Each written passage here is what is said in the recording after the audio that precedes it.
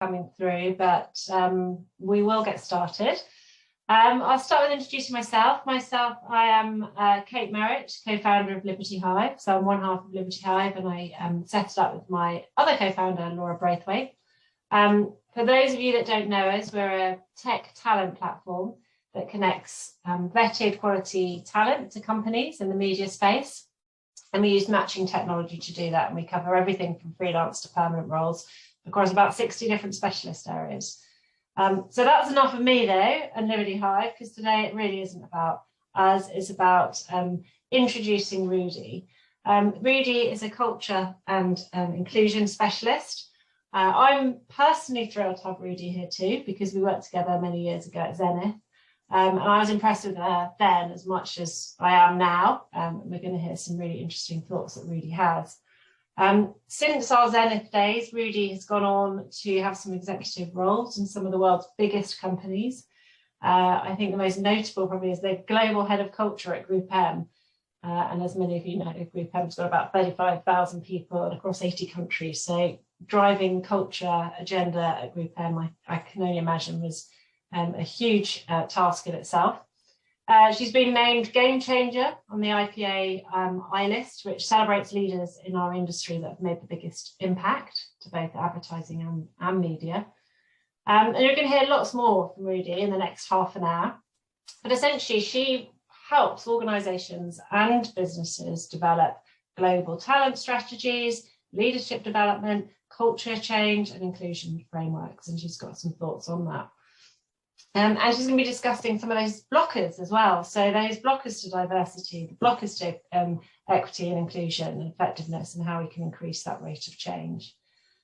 She's going to have some topics that you may or may not disagree with, but this is really the opportunity to ask those questions that you may shy away from in the past. And what I would suggest actually is that if you have questions and if things come up when you're listening to her, pop them in the chat box or the question box, and we're going to ask all the questions at the end. We really want to have a discussion at the end. And as I say, this is an open debate. So do pop them down as you think of them, and we'll come back to them towards the end of the session. So on that note, I'm going to hand over to Rudi, who's going to get us started. Welcome, Rudi. Thank you so much. Can you hear me okay? Yeah. So it is an absolute joy to be here today on a Liberty Hive webinar. I'm a massive fan of Liberty Hive, and I have been ever since that first post on LinkedIn went out, before you'd even founded the company, floating the idea with your network. And I thought then, as I think now, what a brilliant, inclusive offering you're putting in to the world. You know, you can't get more inclusive than, I suppose, seeing people as individuals and enabling them to create a career in the way that suits them, the way they think, their lives, you know. And so I'm a huge fan of what you're creating. So thank you so much for inviting me along. So I want to start with this. This is my purpose, actually. So I help to build working communities that create growth and joy. And I've only just got to this kind of very sort of late stage of my life. This year, I challenged myself to get this down on paper and to really articulate what it is that I have to put into the world. And you know, it's really interesting, but at this stage of my career, what I've noticed is that when I am working on anything that isn't directly connected to this purpose, I am so low energy. I am so uninterested, and I am usually quite rubbish at whatever I'm doing.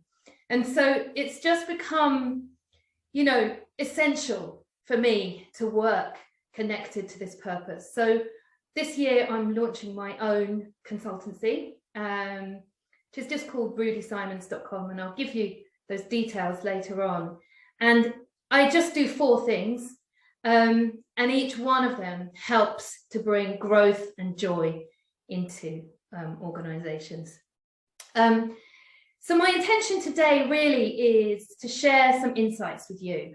And as Kate said, you know, I don't imagine for one moment I've got all the answers. But what this whole diversity and inclusion space to me is a chance for us to share from the heart our lived experience, what we see, what has worked for us and what hasn't worked for us. So I really hope that we save some time at the end. So, you know, I want to learn as much from you as I hope you learn from me. And I'm bringing 3 perspectives to the ideas that I'm bringing today. So the first perspective is from leading culture and inclusion in large global organizations like Global Head of Culture in Group M and the same role in Zenith Media. More recently, I can bring a perspective from my executive coaching, so working with senior leaders who face the challenge of building inclusive cultures every day. But the perspective that I think I bring that has probably made my purpose so non-negotiable is my personal journey. And I want to start just by sharing that with you, because I think it's important that you understand my why. So the reason why this stuff is so important to me is because I had quite an unusual career journey. I left school at 16, very few qualifications, and I left home at 16 as well. And for the next 10 years, went spectacularly off the rails. Had a really, you know, very troubled time in that time, and went into a very dark place, suffered quite badly with my mental health. And the thing that got me out of that was one day a very unexpected mentor challenged me and said, "You're throwing your life away. What is it that you want to create?" And I said, "You know what? I want to be an actress." And in that moment, everything changed. He helped me to apply for some of the top acting colleges. I didn't get into any of them, but I did get into Morley College in Waterloo, which had a fantastic course. I really built my confidence. I found something that I was good at. I started getting parts just on the London Fringe, not in the West End, but it was the biggest boost to my confidence. Then I needed a job. I moved into London and got a job as receptionist at Zenith Media. And that's when my career began. A couple of years into being a receptionist, they decided that I had talent, and they offered to sponsor my education for me because I really literally only had 1 GCSE. And after a few years of doing bite-sized qualifications, I could do a master's degree. And 3 years after that, they created the role of Global Head of Culture. And what that journey, that 10 years from receptionist to Global Head of Culture taught me was something really important. And that is the power that organizations have in helping people to connect with their potential. And I would say it's more than just a power, it's an absolute responsibility. And so it's an honor to be here with people today who I know are working towards creating environments where people can thrive. So there we go. That's my story. So there's 3 things that I would love to do today. The first one is to unpack 3 of the biggest blockers that I have found to DE&I. There are a million blockers, but I think 3 is a good number for a 30-minute presentation. And then I want to offer you 3 ways that you can overcome these blockers and drive effectiveness. And I'll be so interested at the end to discuss this and to find out, you know, what are your observations the same as mine? Do you agree? Do you not? You know, I'm really looking forward to some rich discussion there. So I'm going to introduce these 3 blockers. So the first one is a linear approach. The second one is categorization. And the third one is unconscious behavior. I'm going to unpack these now one by one. So firstly, just to say, it's not surprising that in DE&I, we are tending to take quite a linear approach. This function, this area, this movement is so young, right? I mean, most organizations, I've only just got a DE&I leader in the last, what, 2 years, maybe maximum 5 years. I know the likes of Ogilvy have had one for 20 years, but that's not the norm. So this is a very immature space. We are learning and having to learn fast. And what that does, I think, is mean that we often go to the most obvious answer rather than think more laterally or more creatively. And I think that this linear approach shows up in 3 main ways.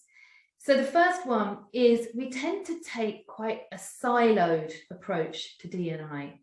So it's like we've got the HR team, we've got our people team, and within that, we've got people who do recruitment, and we've got people who do L&D, and then we've got now people who do D&I.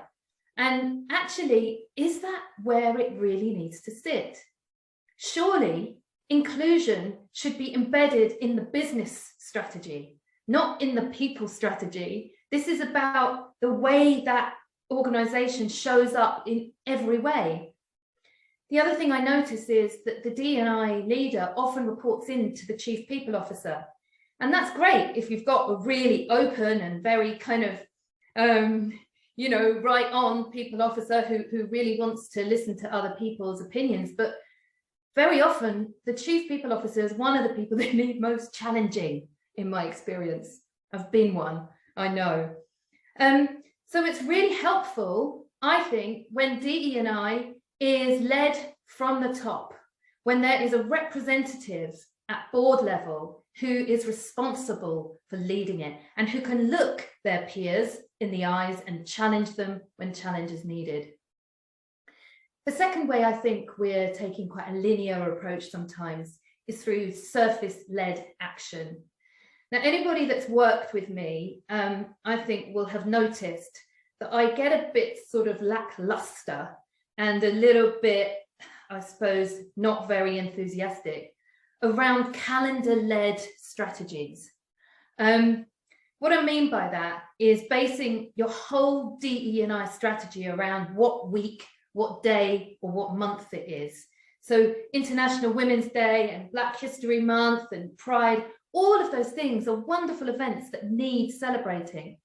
But it's problematic when our whole strategy is just focused on the next event or the next celebration without spending the energy that's needed on the systemic change that needs to happen.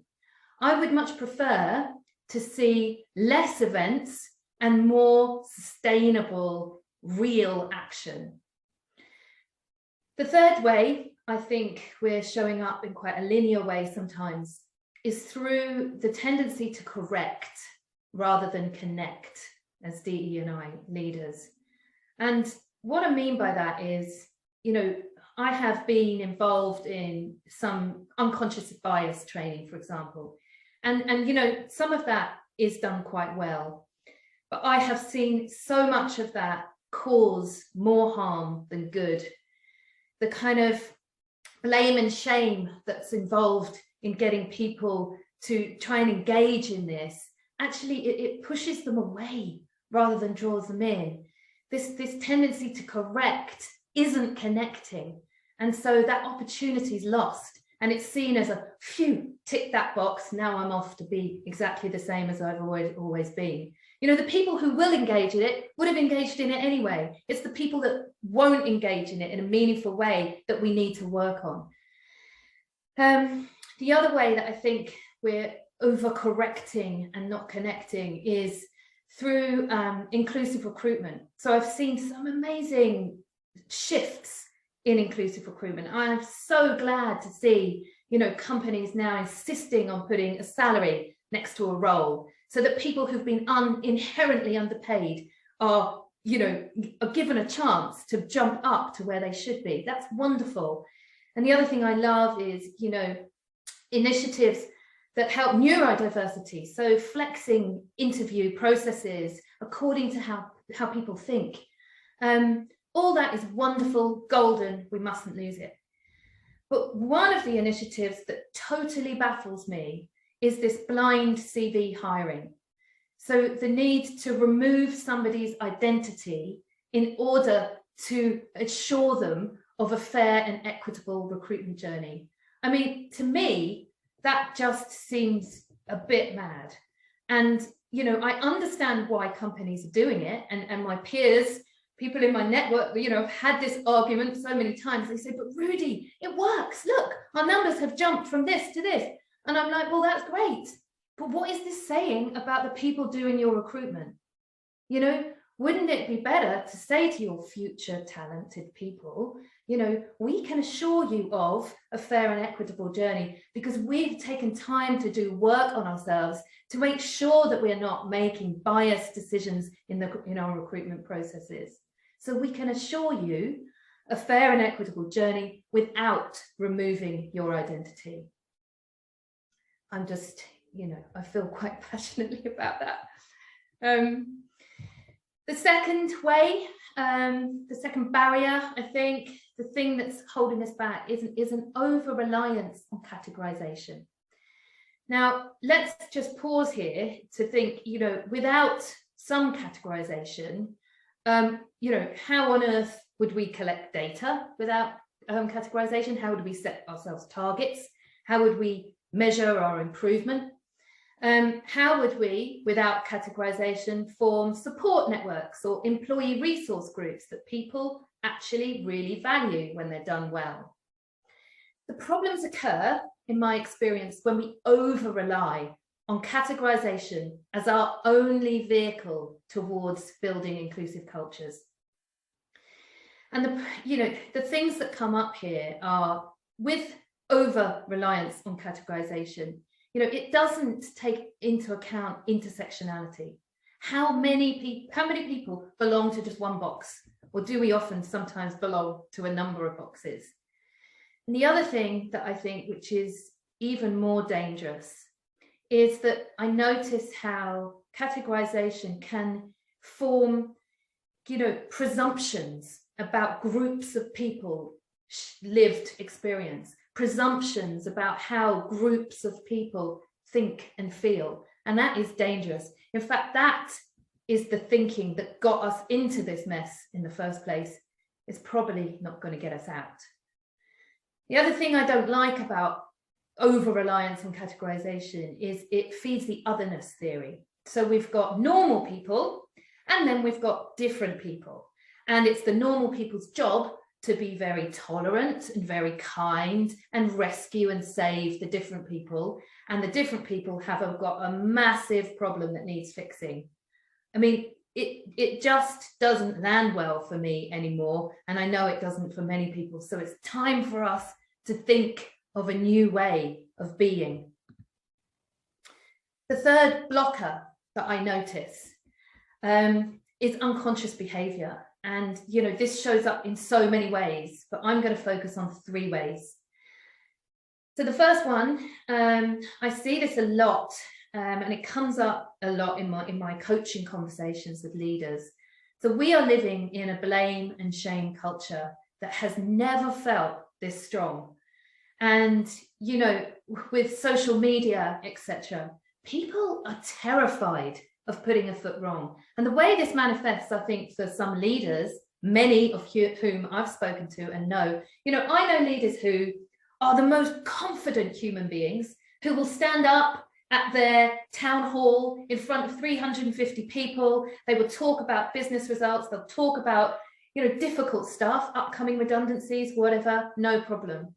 But if you ask them to talk about DE&I, they fall to pieces. Why? Because they are terrified of being blamed and shamed.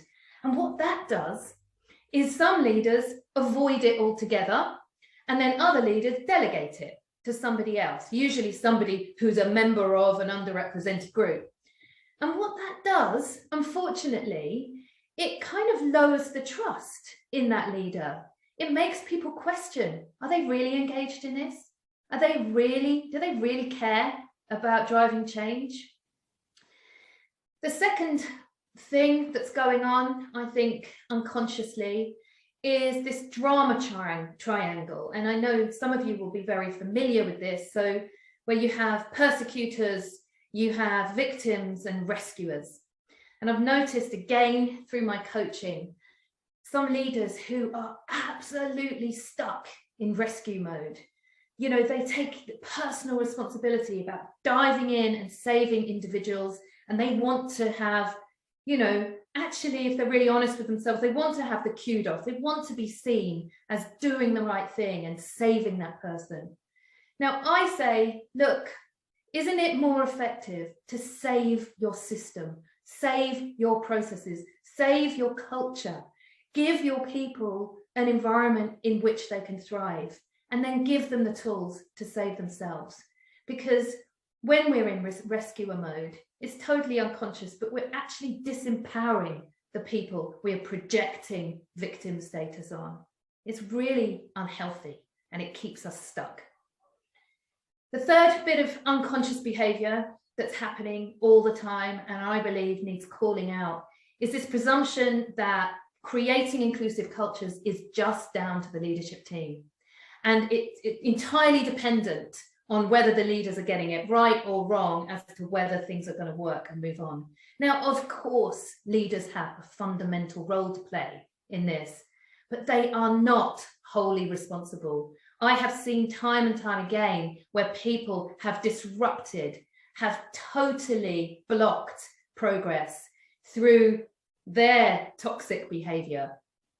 So it's time for us to absolutely accept that if we're going to create really inclusive cultures, everybody needs to come on the journey, and it's everyone's responsibility to lead change.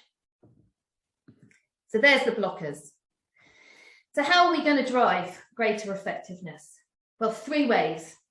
So I suggest we move from the linear approach to taking a Jedi approach.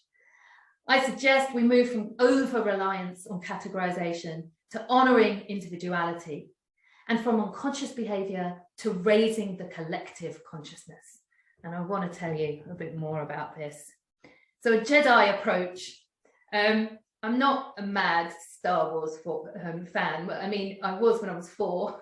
That's not why this is so meaningful to me. I mean, I just think there's so much to love about the image of Jedi for this space. And I think, you know, when you look on Wikipedia, it says Jedis are the guardians of justice and peace. I like that.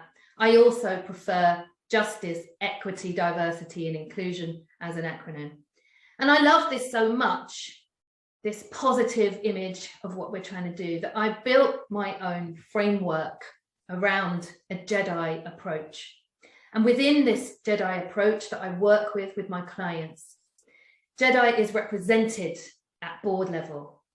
All of the plans are not just in the people HR strategy, they are absolutely centralized in the business strategy. All of the, the action isn't just about events. If we are saying Black Lives Matter, you will see evidence of that on the board. You will see evidence of that in our systems, our processes, our marketing. You will see it in our product. Every aspect of the business will be informed by what we're saying we're doing. It will be backed up. There will be evidence wherever you look. And this approach doesn't just make things more effective, it builds more trust. Okay, so people internally and externally will say, actually, I can see they really mean it. I can feel they really mean what they're saying. And that is how we really start to move things forward. The second part of unblocking, driving greater effectiveness, is through honouring individuality. So moving away from our need of over-focusing on categorization into this honouring individuality. And what I mean by this is, if we think back to those boxes and think back to how people feel as being a member of a box, I think if we just look at the backlash, the quite understandable backlash for the term BAME, for example, the hurt and pain that acronym caused so many people, and massive shout out to the BBC and Channel 4 and ITV for banning that now because of the hurt it causes. That lumping together multiple groups of individuals is hurtful. and it's inaccurate and it's not where we need to be. Surely what people most want, what people most need, is to be respected within their identity, to have their identities acknowledged and honoured, yet to be seen as the unique human being they are. So how are we going to bring that to life? Well, one of the practical ways that I do this when I work with my clients is through honouring individuality through every stage of the employee journey. So this is about leaving the concept of standardization behind, which is bloody scary, actually, for most organizations, because the opposite of standardization is personalization, and personalization takes much longer. It's much more complex, and you probably need more money, more people on the ground to do it.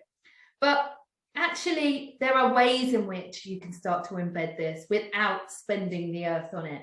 You can reimagine how you attract, recruit, onboard, develop, engage, performance and recognition, how you do that through a personal lens for your people. But this is part of the solution. It's not all of that, because what you're doing here is enriching the environment in which people are in. But success needs more than just their outer environment. And that's where we come on to the third and final part of that puzzle, the third way that we drive greater effectiveness. And this is from moving away from unconscious behavior to becoming a really conscious community. And if I was going to say, take one thing from this masterclass today, I would say the most effective way to build inclusive cultures is to help your people to know themselves better. That's it. Because in that process, they become more conscious human beings. And we need to be fully conscious if we're going to get to where we need to get to. But how do we bring this to life? And how do we pull people in? You know, we're not going to turn up the next company meeting and say, right, everyone, time to become more conscious. Let's down tools and get into the next, training room. You've got to offer it to people as what it is. It's a gift. This is a gift that you're giving them. And you've got to make it joyful, and you've got to make sure that they get so much out of it, personally and professionally. And that way they will be engaged. And let me just tell you, when I think about everyone I've ever worked with, in a coaching context or, in some of the organizations I've been in, whether those people are mid-level, senior, whether they identify as from an underrepresented group or not, there is a common thread that connects us all. And that is people want to be enabled to achieve their potential. And so let's just talk about potential for a moment, because this is really, really important, because this is how you draw people in on the journey. So I like to think about potential in terms of acorns, right? So every single acorn is pre-programmed to be magnificent. And, if you put it into the earth, watch it grow, then, think about what affects that acorn, what could impact it becoming magnificent or not, the soil it's in, the elements. And I used to think that human beings were exactly the same, that it totally depends on our environment in which we grow, whether we actually, ever get to our magnificent potential. And of course, there's some truth in that, but that is not all of the story. Because if it was, then how comes there are so many incredible people in this world who've had the most traumatic, awful lives? Challenge after challenge, discrimination, trauma after trauma, and they have come through it probably even greater than they would have been if that had never happened to them. They have grown through that adversity. That's the gift of being a human being.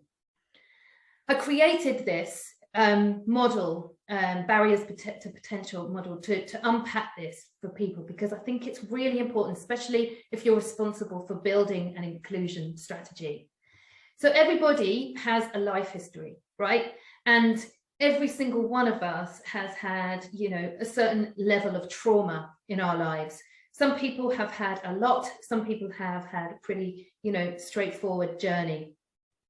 We are all carrying a certain amount of shit, let's be honest, and whether that's our own, our parents or our ancestors, it's a given. We've all got something in our rucksacks of life. If on top of that, you have also been marginalized as a part of your life history, that is another massive barrier to your potential. If on top of that, you've suffered with physical health problems throughout your life, then that's another barrier. And mental health is directly impacted by all of the above. But what does that mean for us when we're developing an inclusion strategy? Well, it means, of course, we need to focus on the outer environment that we're creating for our people. We know that. We are going to great lengths at the moment to remove barriers to people's potential. But that's only half of the story, because you can't make somebody feel belonging. You can give them an environment in which they can thrive. You can give them opportunity, but if something isn't connecting within them because they are responding to their life history or whatever else has happened for them, they will be unable to receive or properly thrive in that environment. So the opportunity here is that as a business, we hold a space where people can do their own introspective work they need in order to release themselves from barriers they may have inadvertently constructed for themselves in response to their life history. And this is so essential, because this is where the magic happens, when you get the two right, the outer environment and the inner environment. So it's all about raising the collective consciousness. And I'll just do a spoiler alert.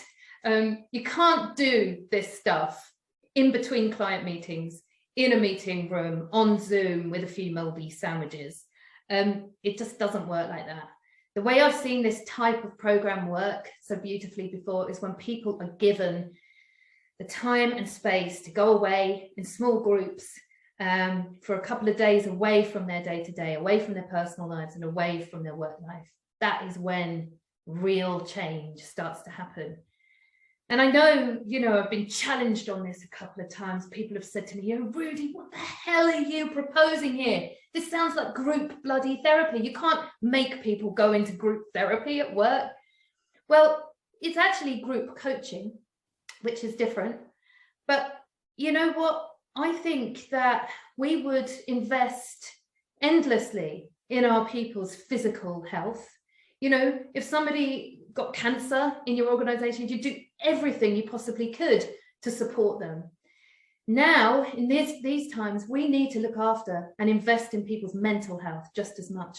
And what could warrant, what could be a better spend of investment than helping your people to connect in a really meaningful way, helping your company to become more conscious so you can achieve true inclusion. So the kind of things, the kind of questions that are asked in a situation or a program like this, the one that we run is called the Conscious Leader, or there's another one called the Conscious Community. And this is all about igniting consciousness. So questions like, how does my life history inform how I lead today? What are the internal and external barriers I've faced? How can I reimagine my potential and our collective potential through the power of story? And how can I understand the complex layers of my own identity? How does that then help me connect more deeply with others? So there we go. We have three ways, the three ways in which I think we're being blocked right now: through linear approach, through over-reliance and categorization, and unconscious behavior. And perhaps in order to dismantle this, we need to start understanding that we cannot solve our own problems with the same thinking we used when we created them.